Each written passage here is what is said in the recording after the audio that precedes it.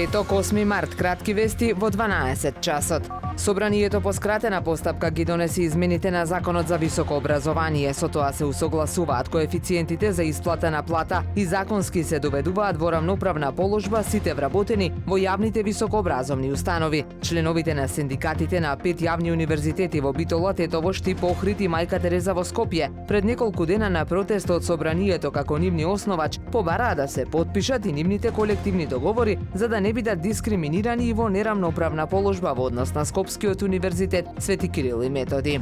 На полноќ истекува рокот за собирање потписи за кандидатите кои претендираат да влезат во изборната трка за претседател на државата. По 10.000 потписи за кандидатура на претседателските избори собираат вкупно 15 кандидати, а 7 од нив веќе успеа да го соберат потребниот број. Изборната кампања започнува на 4 април, а првиот изборен круг е на 24 април. Со новиот механизам Државната изборна комисија автоматски ќе ги прибавува потребните податоци од соодветните регистри на надлежните институции за да потврди дека кандидатите ги исполнуваат уставните и законските услови за кандидатура.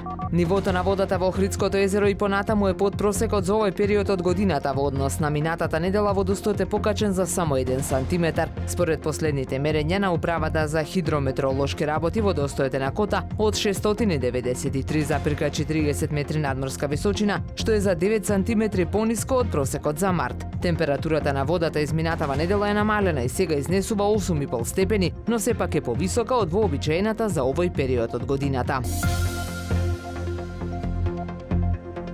Времето денес променливо облачно со сончеви периоди, дува слаб до умерен северен ветер, максималната температура во Охрид до 10 степени. Повеќе информации на ohridpress.com.mk.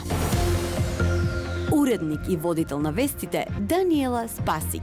Технички реализатор Реджеп Селман.